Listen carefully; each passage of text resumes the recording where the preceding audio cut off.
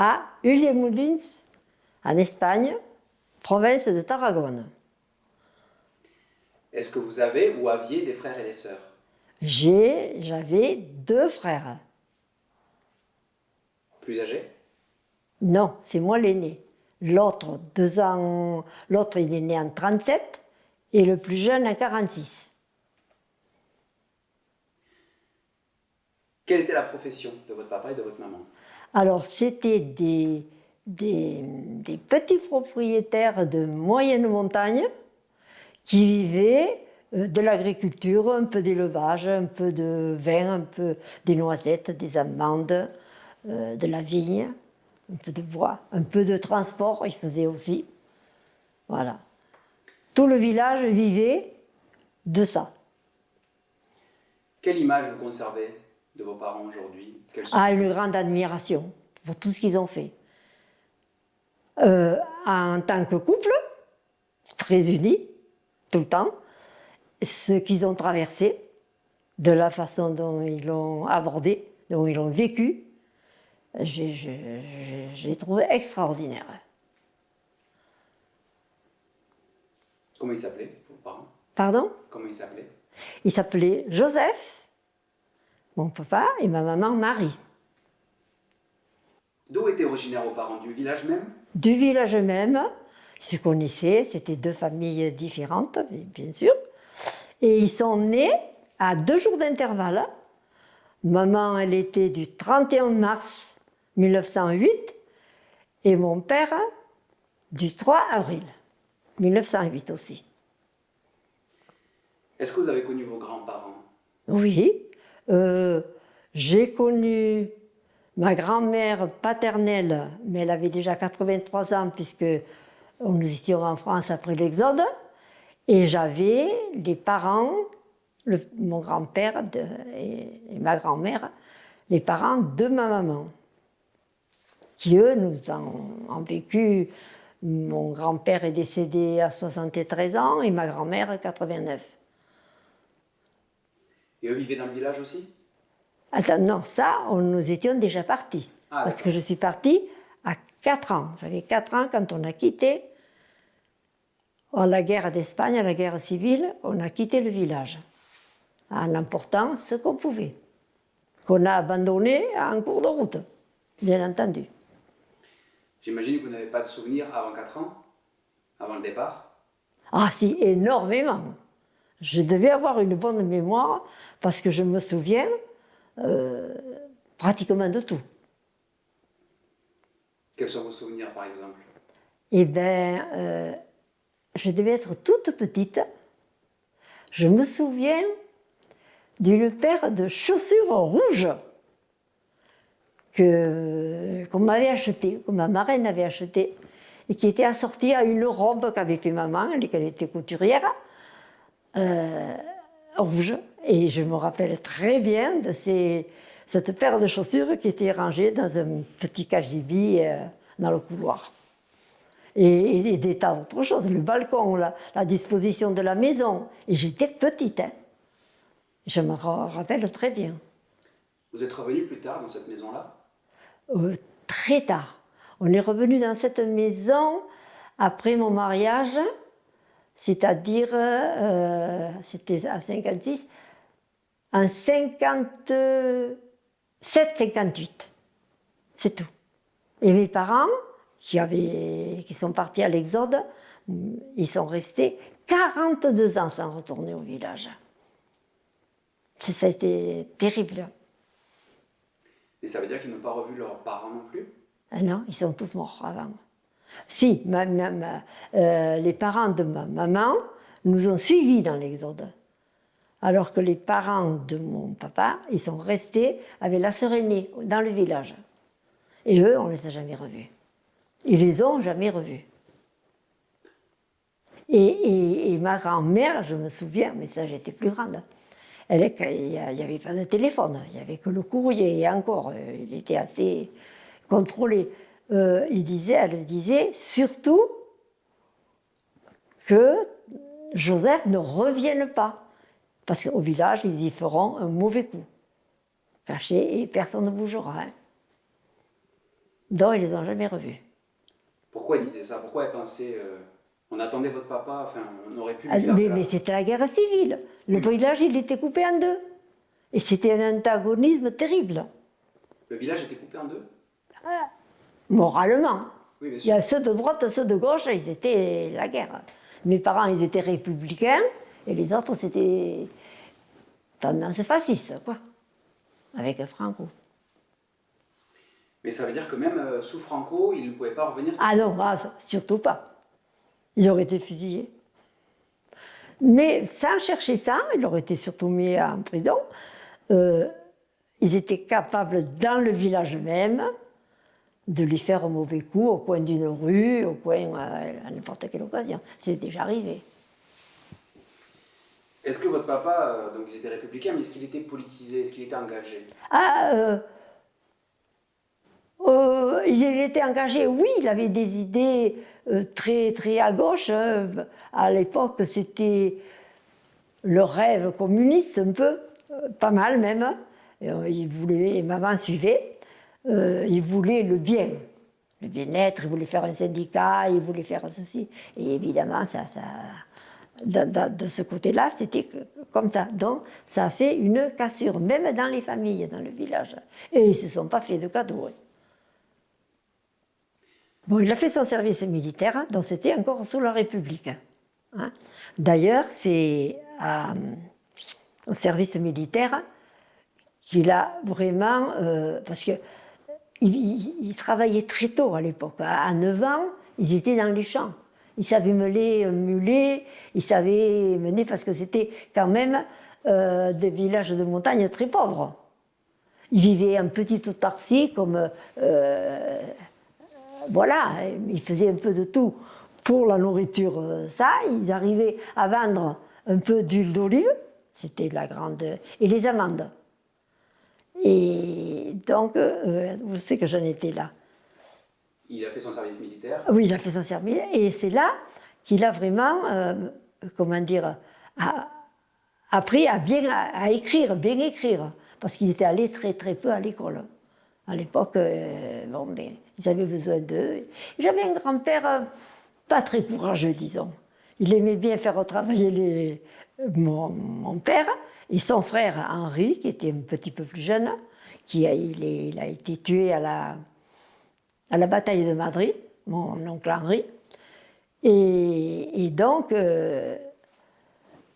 c'était un peu comme ça. Hein. Et donc, c'était... Qu'est-ce que j'allais dire là?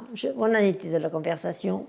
Que votre papa donc, avait fait son service, qu'il n'était pas présent au moment où vous êtes parti en exode. Non, il a fait... Non. Il a fait son service, il s'est marié après. Ils se sont mariés, il avait 25 ans, mes parents. Et donc, quand la guerre a éclaté, ils ont été appelés sous les drapeaux. Donc, il est parti à la guerre. Et maman est restée à la maison avec mon frère aîné, pas aîné, le plus âgé, et moi.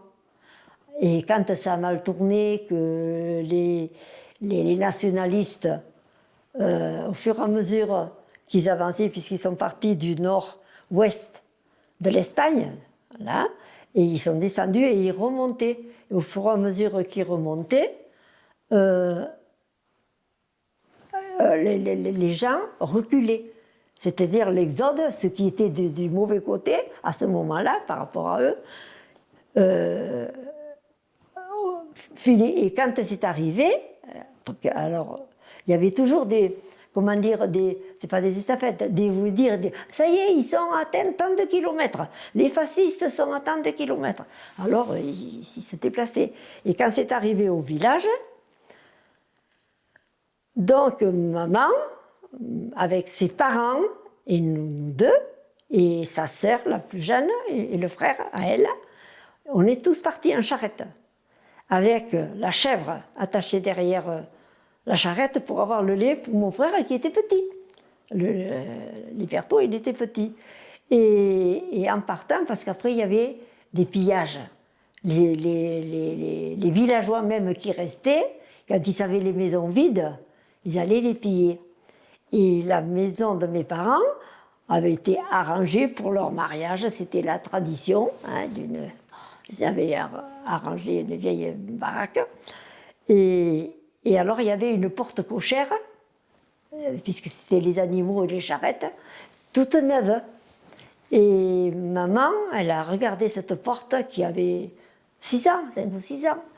Elle a dit quand même, quel dommage, si je ferme, ils vont la casser pour rentrer et piller la maison. Alors elle a laissé ouvert, elle a tout laissé ouvert. Et bien ils ont cru qu'ils étaient déjà passés, ils ne sont pas rentrés. Et ma grand-mère, la maison familiale d'Île des Moulins, là où il y a le berceau de la famille, n'est-ce pas ça? Alors là, elle avait fermé, ils étaient partis, mes grands-parents, ils étaient partis à la montagne, se cacher, dans les grottes qu'il y avait au-dessus du village. Parce que c'est une moyenne montagne, là, ça fait 1300 mètres à peu près de hauteur, pas très haut. Et ils avaient fermé. Et quand ils sont rentrés, tout avait été volé, il n'y avait même pas un lit. Ils sont allés dormir en haut chez ma tante qui était restée en haut. Tout a été volé, vide. Et vos parents, rien? Mes parents, rien. Parce qu'elle avait tout laissé ouvert. Et ils ont pensé qu'une autre groupe était déjà passé. C'est la coïncidence, quoi. Le bon réflexe. Et vos parents n'étaient pas revenus, ils sont revenus 40 ans, une quarantaine d'années après. Ça, c'est vos grands-parents qui leur avaient dit, j'imagine, que la maison n'avait pas été pillée. C'est celle de mes grands-parents, dont a hérité mon père à l'époque. Donc c'est celle qu'on a fait refaire. Que mon père, à 70 ans, il a fait tout refaire. Mais la maison de vos parents n'étant pas pillée, comment votre maman avait été avertie qu'elle n'avait pas été pillée, puisqu'elle est parvenue en 40 Oui, mais après, quand même, il y avait voilà. ils écrivaient. Donc c'était les grands-parents qui avaient averti de la maman Oui, mais beaucoup plus tard. Elle a passé tout de suite. Et les grands-parents qui n'avaient plus un lit sont montés chez mes parents à moi pour avoir l'essentiel, quoi. Parce qu'à l'époque, c'était sommaire. Hein. Le feu à la cheminée, le brasero à côté, et voilà. Les poulaillers en haut, le mulet en bas. Oui, il est carrément parmi les animaux, quoi. C'était vraiment Ah oui. Dans le village, il y avait tout. Dans chaque maison, petite maison paysanne, vous aviez la cave, avec les écuries en bas. Il y avait un mulet, un âne, un truc comme ça. Ensuite, vous aviez donc le plan-pied, parce que le village, il est sur comme une petite colline, comme ça, là. Hein. Et alors après, vous aviez à l'entrée, c'était la place de la charrette, des harnais, des animaux. Après, on montait, ou c'était de plain-pied, ou on montait quelques escaliers, et c'était les pièces à vivre. Mais tout était dedans. Ils n'avaient pas besoin, il y avait la paillère qu'on appelle, c'était dans le grenier, les récoltes, elles étaient dans le grenier, tout était sur place. L'huile dans les jarres à la cave, le vin, idem. Mais je me demande comment tous ces animaux, ils tenaient là-dedans. Parce que c'était pas grand, hein. Et les pièces à vivre, justement, vous avez un souvenir? Comment c'était agencé? Vous avez votre chambre, la cuisine? Avant, vous voulez celle d'origine? Oui. Alors, c'était toujours comme ça. Habituellement, là où ils mangeaient, il n'y avait pas le feu. Il y avait une pièce avec la cheminée, où il y avait une table, des bancs, des chaises, mais c'est pas là qu'on mangeait. Qu'ils mangeaient, parce que moi, je n'y ai pas beaucoup mangé là. C'était, alors, après, sur le côté, il y avait une autre pièce qui donnait sur une petite terrasse, et là, il y avait un buffet mural, la table, les chaises, et une petite, on pourrait dire ça comme une patouille, où il y avait l'évier et les braseros. C'est-à-dire, on prenait les braises de la cheminée, on les mettait dans ce machin, et où on faisait cuire, ou on faisait réchauffer, là. Mais là, ça servait qu'à ça. Il n'y avait pas de table, c'était le plan de travail avec ça. Donc, ils mangeaient à cette table. Mais ce n'était pas là où ils se chauffaient. Ils se chauffaient dans une autre petite pièce, C'était tout des petites pièces autour de ce feu. Alors, les dames, elles brodaient, les hommes, ils faisaient autre chose. Voilà.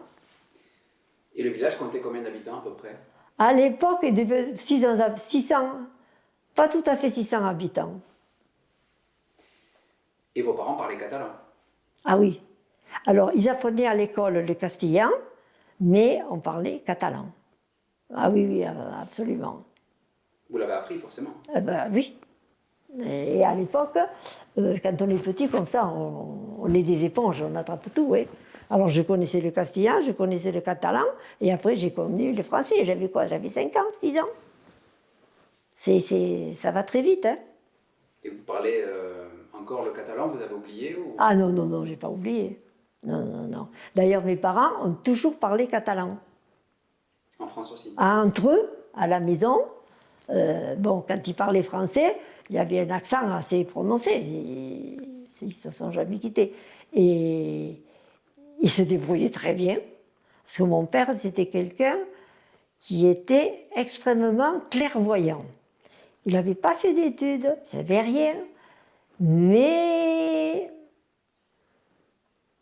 il s'intéressait beaucoup aux choses de la vie, de la politique, de tout ça. Il s'y intéressait beaucoup. Ma grand-mère aussi. D'ailleurs, elle était très âgée, elle avait un transistor. Et quand mes parents, ils étaient maraîchers, là, et alors qu'elle écoutait les informations toutes les heures. Et quand mon père rentrait ou revenait à la maison pour une chose ou pour une autre, elle faisait le compte rendu des nouvelles. Ah oui, oui. Et donc, mes parents, ils étaient très, très clairvoyants. Ils voyaient les choses. Et ça, il a gardé tout le temps. Une façon de... D'ailleurs, à la maison, ici, quand on a été installé à Bernis, il y avait toujours... Lui, il sortait jamais. Il sortait pas, il n'allait pas au café. Mais vous aviez un tas de personnes instruites qui venaient parler avec lui. C'était des instituteurs, c'était des professeurs, c'était... Là, il tenait pied. Et c'est lui qui a eu peut-être cette clairvoyance de partir au moment où ça chauffait en Espagne. Est-ce que c'est... Ah non, mais il le savait. Vu comme ça avait tourné, il le savait. Et lui, donc je vous dis, il était à la guerre. Et ils ont été encerclés à Alicante. Ça fait loin quand même, hein. Alicante, le régiment avait été encerclé et lui a réussi à s'échapper et il est monté à pied d'Alicante à Andorre.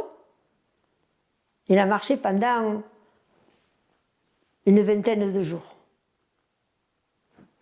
Sans passer par un pont, sans passer par un chemin, de nuit dans les broussailles pour ne pas être repéré. Parce que là, ils savaient que des fusillés sur le bord des routes, il y en avait. C'était vite fait comme procès. Il était seul quand il avait remonté le pays, Ah oui. à pied? Pardon? Il était seul? Quand il est remonté vers Aldor, ah oui, il se disait qu'il fallait se fier à personne. Il a mangé, il est parti avec une besace avec des oranges pendant plusieurs jours, et ce qu'il trouvait dans les jardins, tout ça, en cachette, il n'y a qu'une fois qu'il a trouvé une poule qui s'était échappée, alors il a tué, et il a essayé discrètement le plus possible de la faire un peu cuire. Elle a dit, à moitié plumée, elle a dit, mais elle était rudement bonne. Hein. Est-ce que vous correspondiez avec lui tant qu'il était à Alicante? Ah non, non, non, non, non, non. Ah non, non, on était coupés. Il ne savait rien. Votre maman ne savait pas du tout? Non, non, non, non. Même nous, on était sur l'Exode, on était sur les routes, avec comme je vous dis, avec mes grands-parents, deux de mes oncles et tantes, et mon frère Alibert, qui était petit, et moi. Et votre papa avait fait la bataille de Madrid également? Comment? Votre papa avait fait la bataille de Madrid également? Non, c'est son frère. Il a Ils été étaient pas tué là. ensemble? Ah non, non, non, ils n'étaient pas au même endroit. Ils n'étaient pas au même endroit. Alors par rapport à l'Exode même, vous avez laissé tous les animaux à part la chèvre. Ah oui, oui, oui. Mais ils étaient partis avec tout un tas de victuailles. Les jambons qu'ils avaient, les saucissons, tout ce qu'ils pouvaient emporter. Mais en arrivant à Barcelone, qui avait déjà quelque temps, qui avait de la pénurie, tout ça, ça a été dispersé. Et après, exactement comment, on ne sait pas, mais c'était bombardé après. Donc, et on a continué vers Olot et on a passé la frontière. Et, oui, et en arrivant à la frontière, la France a fermé la frontière.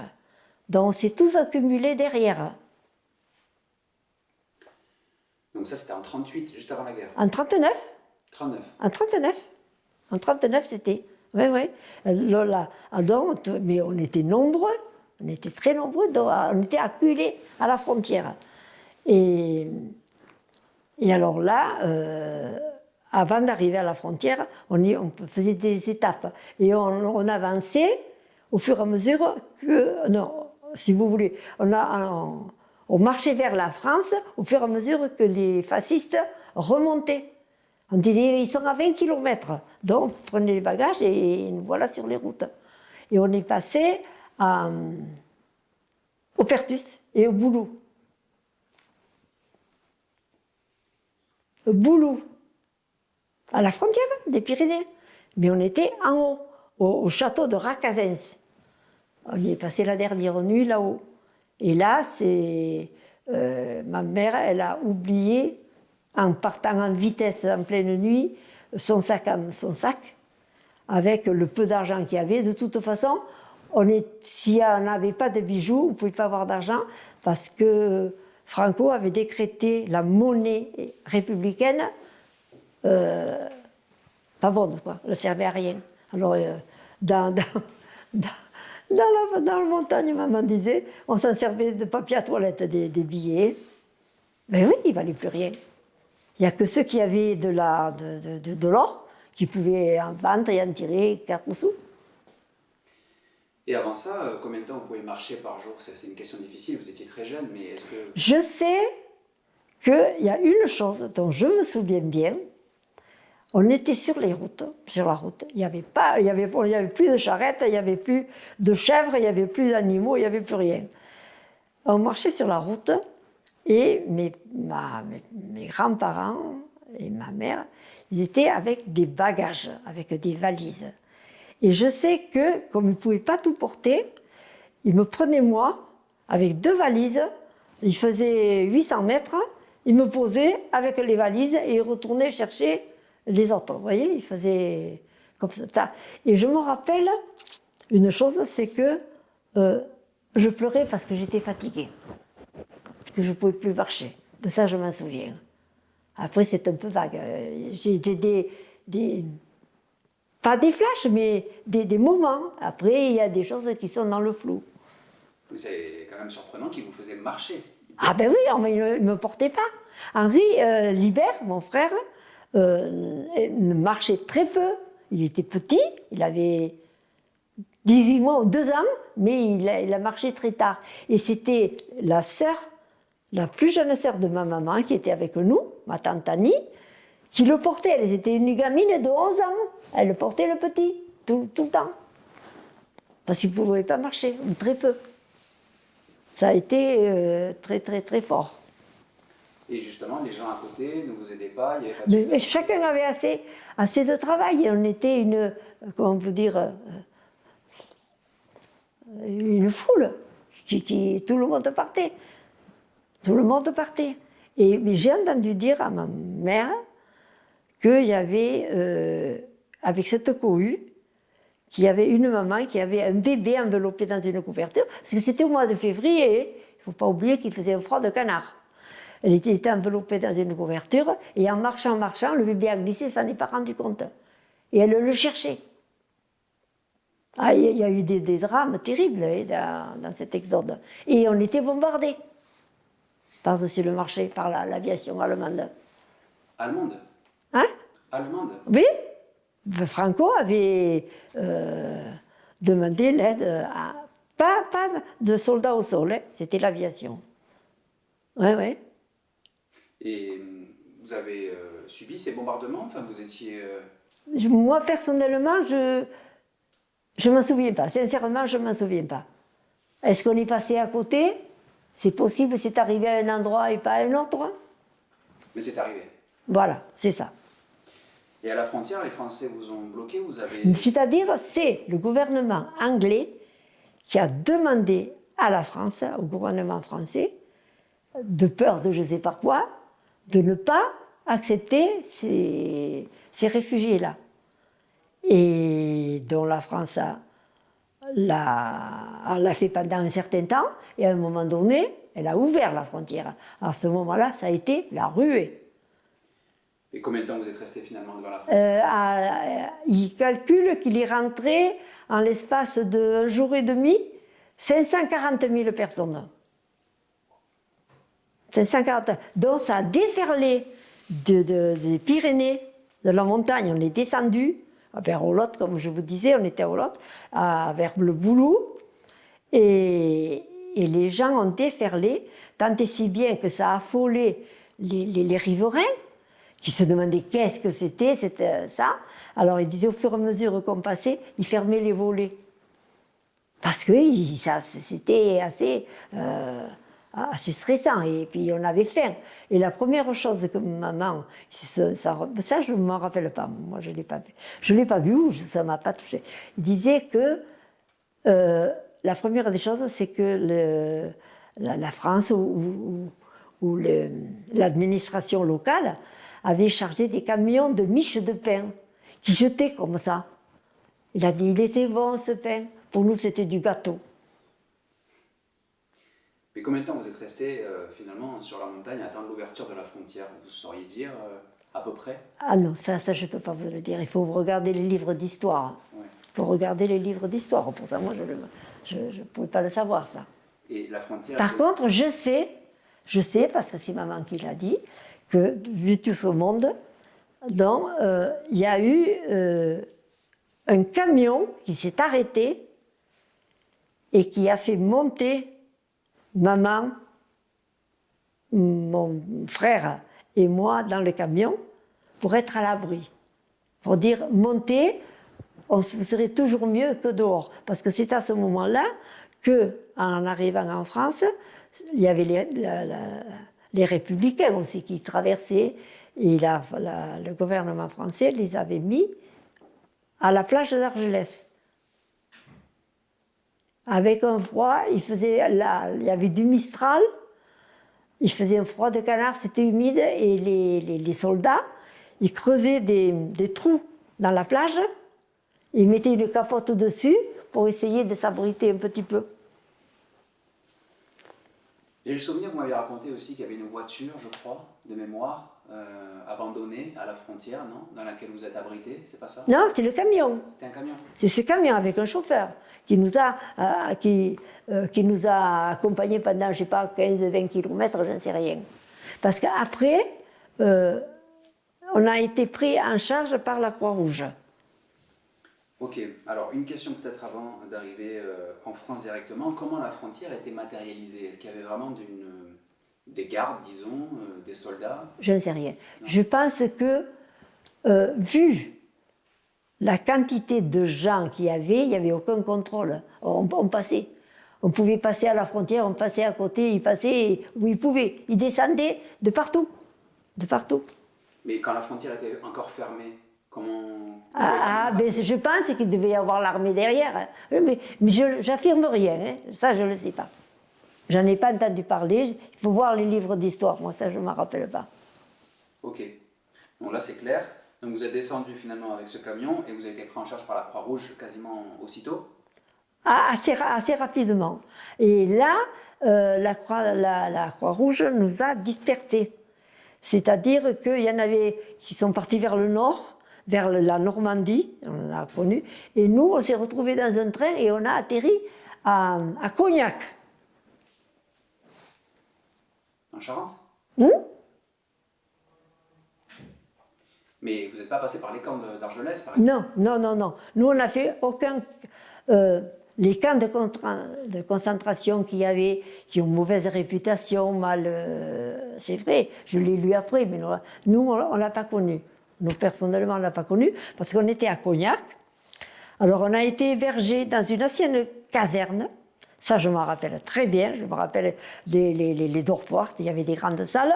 Et c'était de la paille, une planche, une seconde planche, de la paille. Et les familles, elles étaient là. Voilà. Et là, ils nous ont fait à manger. On avait à manger, mais c'était pas bien. Pas bon cuisinier. Jusqu'à ce qu'il y en a. Parce qu'ils nous faisaient des grandes marmites de riz. Ça, je l'ai entendu à ma mère, je ne me rappelle pas. Mais elle a dit on aurait bâti au mur avec le riz, pas bien cuit. Jusqu'à ce que. Parce que ça s'organise très vite.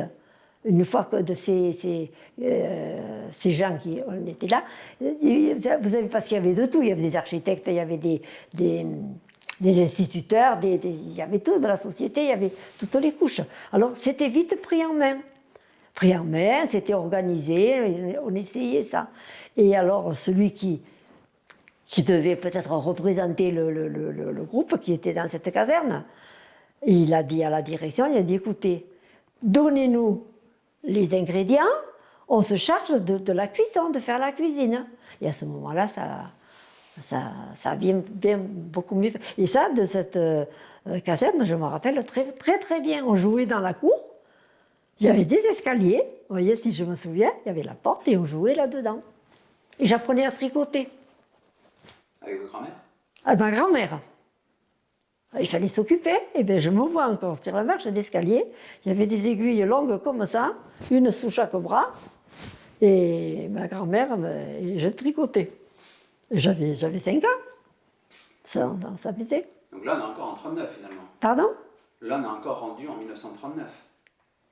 On est toujours en 39, oui, 39, parce que de Cognac, on a déménagé de cette caserne dans un truc, je ne sais pas si c'est toute la caserne, mais je sais que nous, personnellement, on a atterri dans une ferme. On était un groupe, parce qu'il y avait beaucoup de personnes. Une ferme où il y avait des étables. Et je me rappelle, où il n'y avait pas les animaux, et je me rappelle qu'il y avait les râteliers. Et les mangeoires, là, comme ça. Et je me rappelle cette réflexion d'un gars qui disait « Ah, mais ça, c'est parfait pour mettre mes valises !» Il avait rangé ses valises dans cette mangeoire. De ça, je me rappelle très bien. Hein. Je me rappelle très bien. Ça, c'était où, cette ferme? Du côté de Cognac, encore, par là-bas. Et après, on est allé ils ont bâti en bois des baraquements à Angoulême. Et là, vous étiez toujours forcément les grands-parents, votre Oui, frère, alors, mon grand-père, ma grand-mère maternelle, ma mère, une sœur de mon père, que j'ai la photographiée, ma maman et nous deux, et ma tante Annie. On était là, et donc là, quand ils nous ont mis dans ces baraquements, eh bien écoutez, c'est toujours pareil, les administrations, ils nous ont fait aménager que les baraquements, ils n'étaient pas finis. Alors ça, je me rappelle très bien, il y avait la toiture, il y avait le plancher, c'était des grands bâtiments longs, très longs, et il y avait les portants en bois, là, vous savez, qui tiennent. Et de temps en temps, il y avait des planches, c'était fermé, et il pleuvait, je m'en souviens, et on avait mis tous nos baluchons dans ce morceau, et la pluie leur rentrait en biais. Vous voyez, ces images d'une gamine de 5 ans, hein, qui rentrait en biais comme ça. Après, là, c'était un vrai camp, pas de concentration, parce qu'au début, on ne pouvait pas sortir. Et là, ça a été organisé, il y avait un poêle à un bout, un poêle à l'autre, il y avait des latrines dehors, et on était beaucoup de familles. Et là, il y avait un instituteur qui occupait les enfants, qui écrivait, Voilà, on était pas mal là. Et à un moment donné, là, entre-temps, mon père a réussi à nous rejoindre. Quand il est arrivé, après ses 21 jours de marche, avec beaucoup de péripéties à Andorre, là, il a su qu'on était là-bas, il est venu nous rejoindre. Donc, mes parents étaient là, et à un moment donné, ils ont permis de sortir. Donc, ils sortaient du campement et ils avaient trouvé du travail. Et mon père, il était dans une fonderie, il avait été embauché dans une fonderie à Angoulême. Et après, on a trouvé une maison à louer, et c'est là qu'il y a eu l'invasion allemande. Moi, je vois encore les motos avec les 6 de car, on était près d'un passage à niveau, on était à côté de la voie Paris-Hendaye. Et je vois encore arriver ce 6 de car allemand à ce passage à niveau-là. C'était où exactement? Angoulême. Hein? Toujours Angoulême. Angoulême, ça c'était Angoulême. Donc on est resté dans cette villa, c'était des villas, on était 3 familles dedans. J'ai un beau souvenir, j'étais gamine, je jouais, alors on était bien.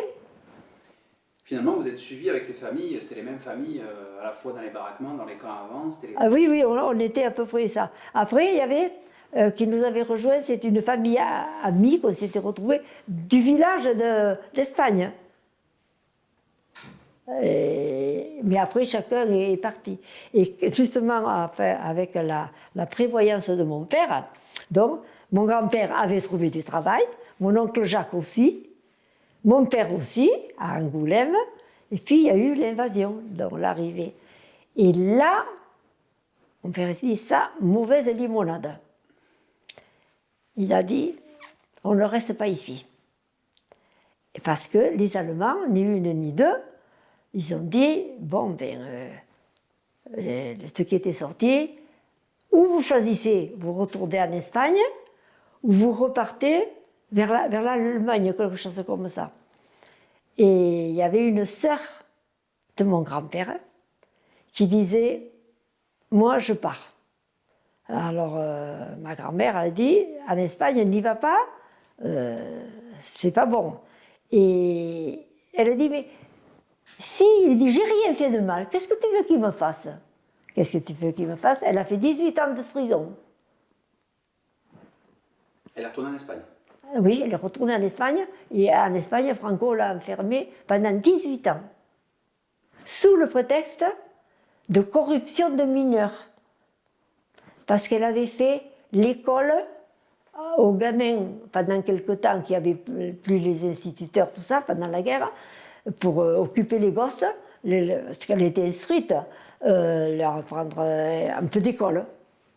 Alors, 18 ans, elle y est restée. Ça, c'est incroyable. Ah oui, mais bien sûr. C'est fou. Et son mari, lui, il est parti en Allemagne et il est mort à Auschwitz. Non, à Mauthausen, pas Auschwitz, Mauthausen. Il n'est pas revenu. Et mon père, qui s'est dit, ça c'est pas bon, il nous faut partir de là. Et il dit, il faut trouver un coin bien éloigné. Et total, eh bien, il a choisi, on est parti dans les Landes. On est arrivé à Solferino. Ça se trouve en forêt, quoi. Et là-bas, c'était un terrain pauvre aussi, mais les gens vivaient beaucoup en autarcie. Donc, pendant la guerre, on n'a pas pâti. Parce que il nous manquait des tas de choses, hein, mais on avait du lait, on avait des œufs, parce qu'il y avait des petites fermes autour. On avait de la farine. Mon père a fait un jardin tout de suite. On s'est toujours débrouillé. Alors j'ai pas mal de questions, je vais devoir revenir un tout petit peu en arrière. Votre maman ou même votre grand-mère, votre tante Annie, n'avaient pas d'argent pendant tout ce voyage, depuis l'Exode jusqu'à Cognac. Comment elles ont fait finalement? Ils avaient vendu les peu de bijoux qu'ils avaient. Et après, ça avait été pris en charge quand même, les choses. Mais ils avaient vendu des bijoux? Ah oui, comment, je ne sais pas. Je ne peux pas savoir. Je ne peux pas savoir. Mais, comment je pourrais dire? Mais si, ils avaient de l'argent, puisque mon grand-père, en sortant du camp, dans le camp, vous étiez pris en charge. Et il y avait la cuisine communautaire, là. Hein. Et Et après, ils ont trouvé du travail, donc il a l'argent, on en avait. Oui, mais jusqu'à ce qu'ils travaillent, justement, il s'est passé quelques mois. C'est pour ça que je me demande comment ils ont fait dans les Pyrénées, jusqu'à ce qu'ils soient pris en charge, justement, pour... Non, non, alors, d'après Annie, moi ça je ne m'en souviens pas, il y avait une organisation qui faisait des grandes marmites comme ils font les réfugiés, là, vous savez, et il y avait beaucoup d'animaux. Parce que les gens, ils partaient avec les troupeaux, quelquefois. Donc, ils ont abattu des moutons, tout ce qu'il y avait, même des mulets. Donc, voilà. Et peut-être qu'il y avait des gens sur place qui donnaient, j'en sais rien. Mais je sais qu'ils abattaient des animaux qui faisaient suivre. À la frontière, ils n'ont pas traversé la frontière. Hein. Après, ça a été ça a été relâché comme ça. Et les bijoux vendus. Apparemment, et apparemment, ils ont... Oui, mais il n'y en avait pas beaucoup. Non. Non. Non, mais on était à Angoulême, tout ça, on était pris en charge, en plein. Pour l'essentiel, quoi. Et c'est là où vous avez commencé finalement l'école, même si elle n'était pas officielle. Non, non, non, non. Je n'étais pas allée, je suis allée à l'école beaucoup plus tard. C'est-à-dire qu'on avait fait la connaissance d'un jeune couple dont la dame était très instruite. Et c'est elle qui nous a appris, qui m'a appris à lire et à compter et à écrire. Oui. Adeline, elle s'appelait. C'était où ça? À Cognac? Non, quand on est arrivé à... Solferino? Dans les Landes, peu après. Ils ont habité avec nous pendant peut-être 2 ans. Et là, c'est là que j'ai appris. D'abord, on n'allait pas à l'école avant 6 ans. Et alors, il y a une chose qui est assez extraordinaire. J'ai jamais su, parce que quand on est arrivé dans les Landes, on a atterri dans une vieille bicoque abandonnée. C'était une maison, parce que ces petites maisons, des Landes, elles étaient toutes sur le même plan. Vous aviez la pièce centrale, avec la cheminée, une patouille derrière, 1 ou 2 chambres de chaque côté. C'était ça. Mais celle-là, il lui manquait des carreaux, mais comme il y en avait 2, mon père est allé chercher des 2 maisons, il a tiré ce qu'il a pu pour le mettre. Et là, c'est là que j'ai appris à lire et à écrire. Et je me demande, donc on n'avait rien, et on faisait chauffer le lait dans des boîtes de conserve. Ça, je m'en rappelle très bien. C'est une boîte de conserve au feu, parce qu'en pleine forêt, le bois, il ne manquait pas. Hein. Voilà, on faisait dans les boîtes de conserve. Est-ce que vous aviez des nouvelles de votre papa avant qu'il vous rejoigne? Pas du tout. Pardon? Votre papa? Oui. Vous n'aviez pas de nouvelles avant qu'il ne vous rejoigne? Ah non, enfin, non. Non. Et on en a eu par la Croix-Rouge.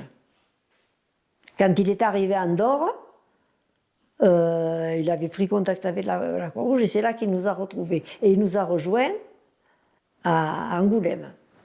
Donc c'est la Croix-Rouge qui l'avait averti où vous étiez? Oui, voilà, c'est ça. Il y avait quand même une certaine organisation là-dessus. Hein. Comment? Je ne sais pas. Et comment ça s'est passé pour lui, le passage de la frontière?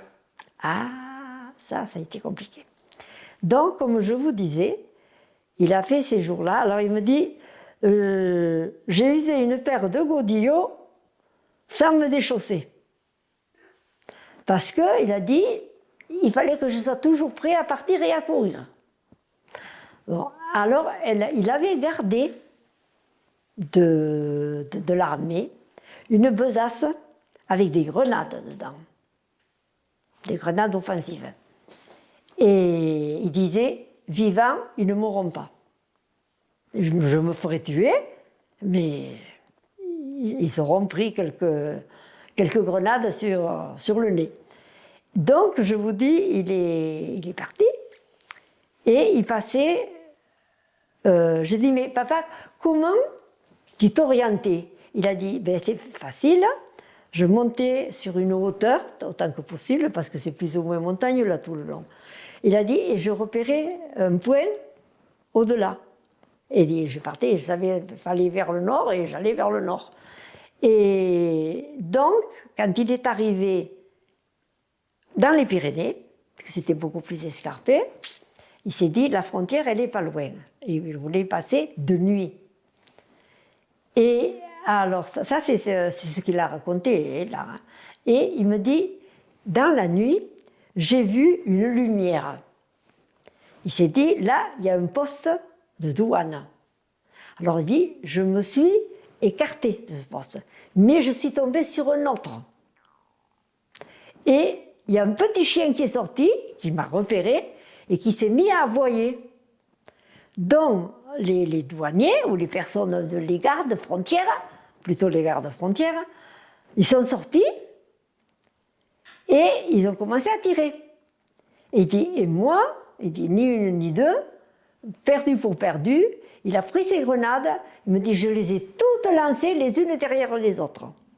Ce qui fait que ça faisait un tel vacarme que ces agents-là, ils ont pensé qu'il y avait un groupe. Ce n'était pas une personne seule, un groupe. Et ils sont restés, ils ne se sont pas avancés. Ils sont restés près du poste. Il dit, moi j'ai commencé à courir comme un dératé dans la neige, parce qu'il y avait la neige. Alors il dit, et j'ai dit, si l'attrape, c'est cuit. Hein. Et il a glissé, je me dis, il a glissé dans la neige, il a commencé à filer, et il s'est dit, tu vas prendre un arbre et tu vas t'ouvrir le crâne. Et il dit, j'essayais de ne pas tomber. Alors il descendait, mais assis. Il dit, je suis arrivé en bas quand il n'y avait plus de neige, avec les genoux, les fesses en sang, les coudes en sang, mais il était vivant.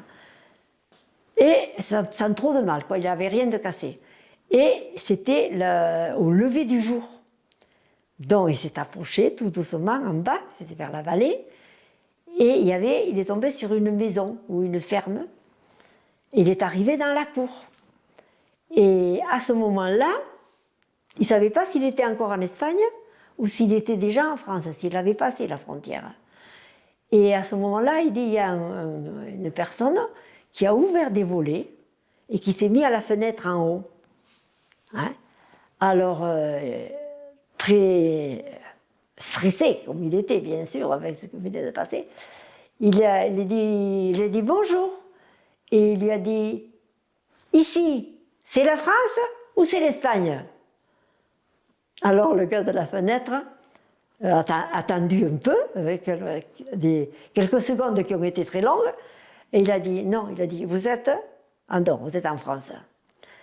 Alors il lui a dit, et si je vous avais dit que vous étiez en Espagne, qu'est-ce que vous auriez fait? Il dit, eh bien j'aurais continué. Et il a été recueilli là, et c'est de là qu'après il est allé vers, je ne sais pas exactement où, qu'il a pris le train et qu'il nous a rejoints. Mais ça a été, il a dit, ça a été l'effet des grenades lancées les unes après les autres ont fait qu'ils ne se sont pas avancés et dit, j'ai réussi à passer. Oui, parce qu'on s'imagine la montagne telle qu'on la connaît, avec les sentiers, tout ça, mais en fait c'était très abrupt. Ah oui, il a dit, je faisais ça. Avec les mains, essayer de ne pas tomber. Oui, donc il était vraiment sur le col et puis... Oui, voilà, c'est ça, exactement où. Et alors avant ça, encore un petit retour en arrière, il n'a pas été embêté avec l'Elbe? Avec le fleuve? Ah, si, justement, c'était son gros problème. Alors je vais vous dire comment ça s'est passé. Et ça, il est dit, je savais qu'il n'était pas un nageur assez aguerri pour traverser le fleuve. Là, il était hors de question, je ne sais pas. Et il était en train de se demander, c'était le matin aussi, et il ne savait pas comment faire. Et à ce moment-là, il y avait des barques qui traversaient le fleuve avec des ouvriers. Et en étant près de cet embarquement, il a reconnu une connaissance du village, ou de je ne sais pas où, de par là-bas, qui allait travailler. Alors, qu'il a reconnu, il le savait. Alors, il a dit, ne bouge pas, je reviens. Il est allé chercher des vêtements de travail, avec une besace, Et il a fait passer pour un ouvrier. Il dit passe derrière moi et on va monter sur la barque et une fois de l'autre. Et ça s'est passé comme ça. Parce que c'était le problème majeur, c'était la traversée de l'Èbre. Il savait très bien qu'à la nage, il ne passait pas. Donc, ça a été la chance de tomber sur ce gars qui a fait que, déguisé en ouvrier, il a réussi à passer. Incroyable ça aussi. Ouais. Oui, ça tient à pas grand-chose. Hein. Les retrouvailles justement avec lui, vous avez le souvenir Comment? des retrouvailles avec votre papa? Non, pas spécialement. Non. Pas spécialement, non. Je ne peux pas dire, ah, papa, sauter au cou, non. Non, je ne m'en rappelle pas. Est-ce qu'après Cognac, entre Cognac, Angoulême, Solferino, il y a d'autres personnes de la famille qui vous ont rejoint plus tard? Ben, il y avait que non. On est resté la sœur de mon père, la sœur, mon grand-père, ma grand-mère, mon oncle Jacques et ma tante Annie, ma mère et nous. Le même groupe, quoi. Oui, le même groupe. Par contre, j'ai toujours été époustouflée. Je me demande comment ma mère et mes parents réussissaient à nous habiller et à nous tenir comme ils nous tenaient. J'ai des photos de cette vieille masure, elle est dans le livre, cette vieille masure où il n'y avait rien dedans, hein, rien, on dormait dans la paille. Hein. On dormait, mon père avait fait un lit avec 4 piquets de pain, 4 petits pains, des planches et de la paille et des draps de lit, c'est tout. Là, vous parlez de quel endroit? Parentis, à Solferino. Vers en bas, Sabre. Solferino, Sabre, on a un peu déménagé 2 ou 3 fois là. Mais dans les mêmes maisons, dans les mêmes choses. Je me demande, on avait de l'eau. Là, l'eau ne manquait pas. Hein. Mais on était mis sur mon 31, avec des chaussettes blanches, avec des souliers blancs, des nœuds dans les cheveux. J'en reviens pas. Comment nos parents, ma mère, nous tenaient. Donc à Angoulême, vous avez eu ce baraquement dans un premier temps, cette villa dans un second temps. Comment vous l'aviez trouvé? Ça, je ne sais pas. C'est incroyable aussi qu'ils aient pu trouver ça. Oui. Mais elle se trouvait à ras de la ligne de chemin de fer. Et je me rappelle que de l'autre côté, il y avait un champ d'herbe. Il y avait des coquelicots, c'était tout rouge. C'était beau. Et de l'autre côté, il y avait des espèces de grottes, qu'on y a été un peu. Oui, que quand il y avait les bombardements allemands, maman, elle prenait mon frère l'hiver enveloppé dans un châle gris, que je me rappelle encore, et on traversait la voie pour aller se cacher dans cette grotte qu'il y avait au bout de cette prairie. Il y avait une colline et il y avait une grotte, et on allait se cacher là-dedans. Parce qu'ils bombardaient la voie ferrée. Donc, quand on entendait les avions, et bien, dans la nuit, on partait. Et c'est aussi pour ça que votre papa avait souhaité... Mon papa nous a rejoints là, à Angoulême. Il n'y était pas à Cognac, mon père. Il nous a rejoints à Angoulême. Donc il a trouvé ce travail dans la fonderie. Ça a duré quelques mois. Dans une fonderie, il faisait des obus. Et après, il a travaillé aussi au moteur électrique Leroy. Je me rappelle même de la marque, Leroy. Donc il travaillait, du travail il y en avait. Mon grand-père travaillait, pourtant mon grand-père devait avoir une 55, 60 ans à peu près. Mes parents 30, 31, 32 ans. Ils avaient cet âge-là. Et Jacques, il devait avoir 16 ans, 16 ou 17 ans. Et Annie finalement n'était pas si âgée par rapport à vous. Vous aviez une dizaine d'années d'écart, c'est ça, un peu plus? Là, je devais avoir... Attendez, ça c'était... En 40, ma tante Annie, elle était de 29. Oui, c'est ça, il y avait très peu d'écart. Oui, il y avait 5 ans. C'était parce que entre ma maman, qui était l'aînée de la fratrie, et Annie, qui était la dernière, il y avait quand même 21 ans d'écart. Hein. Maman, elle est née en 1908 et Annie en 29. Arriver dans les Landes, donc finalement, c'est quand même un soulagement aussi, j'imagine, pour toi. Ah oui, une grande tranquillité. Rude, difficile, mais très tranquille. Avec des voisins, un voisinage, c'est pas compliqué. Les Landes, c'est fait, il y a beaucoup d'espace. Chaque masure, même des masures, avait énormément de place. Des cours avec des arbres, des chênes, des pins, c'était grand. Mais c'était dispersé. Vous en aviez un là, vous en aviez par exemple une ferme ici, et l'autre ferme, elle était de l'autre côté de la nationale, là. Ça faisait assez loin.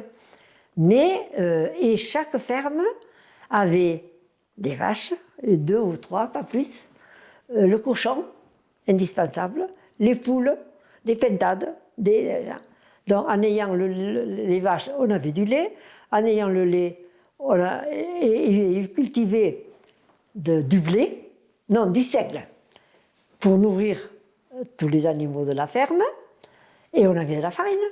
Du coup, on avait l'essentiel. Alors qu'en ville, les restrictions étaient dures et ils ne trouvaient rien à manger. Nous, de ce côté-là, on a toujours eu quelque chose à manger. Et mon père, dès qu'il arrivait à un endroit, premier travail, un bout de terrain qui était, comme je vous dis, il y avait beaucoup de... C'était du sable quand même, facile à travailler.